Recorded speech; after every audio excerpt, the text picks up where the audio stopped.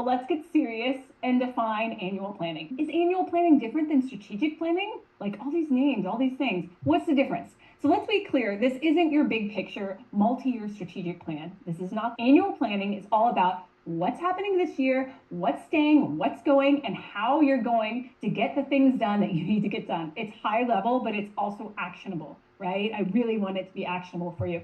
So whether you're a team of one or many, taking time to create an intentional annual plan helps you prioritize key initiatives, drop what's not working. Remember, friends, we do need to drop things.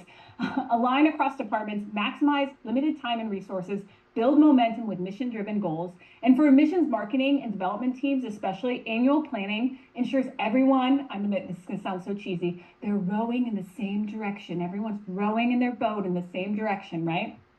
And that's why we're big fans of planning sessions.